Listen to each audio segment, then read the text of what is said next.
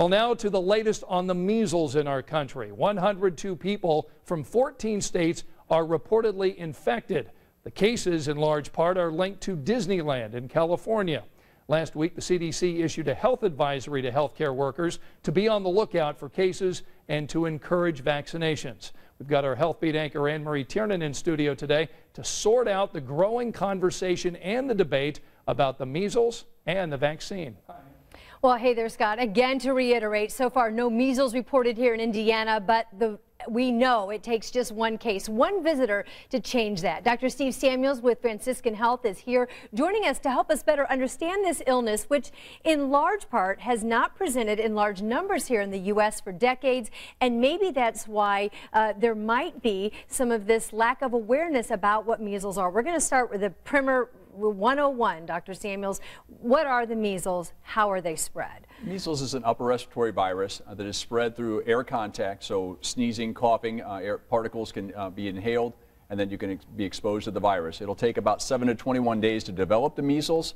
You'll develop first upper respiratory infection, sore throat, conjunctivitis, eyes becoming very red, and then the classic rash that will occur, a diffuse body rash that can be scarring and cause permanent scarring. So when we're talking about Ebola, which was one of the last health crises that we had concern about in this country, tell us about how different the contagiousness of measles are. And also, if I was in a room and I was not vaccinated and I was exposed, how likely would it be that I would get measles? Where Ebola is not nearly as contagious and takes direct fluid contact, with the measles, airborne contact can occur and you can get measles. Highly contagious. 9 out of 10 people in a room that would not be vaccinated would get it with just one sneeze from a person who had measles.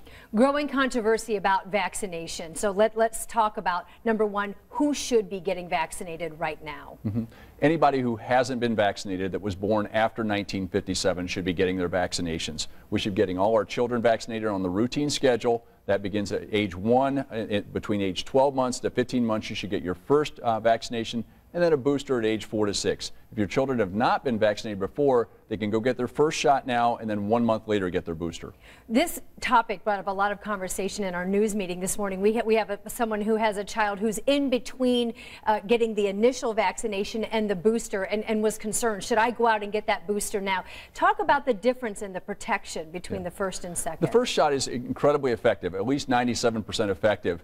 You get over 99% by getting the second booster shot. So I wouldn't rush out and get that second booster shot, but it leads at the importance of why everybody needs to be vaccinated. There are children under 1 who have not been vaccinated. There are other immunocompromised patients on chemotherapy, with HIV, on drugs for rheumatoid arthritis, that their immune system won't be able to fight off measles. If they're exposed to children that get measles because they weren't vaccinated, it's just not fair to those patients.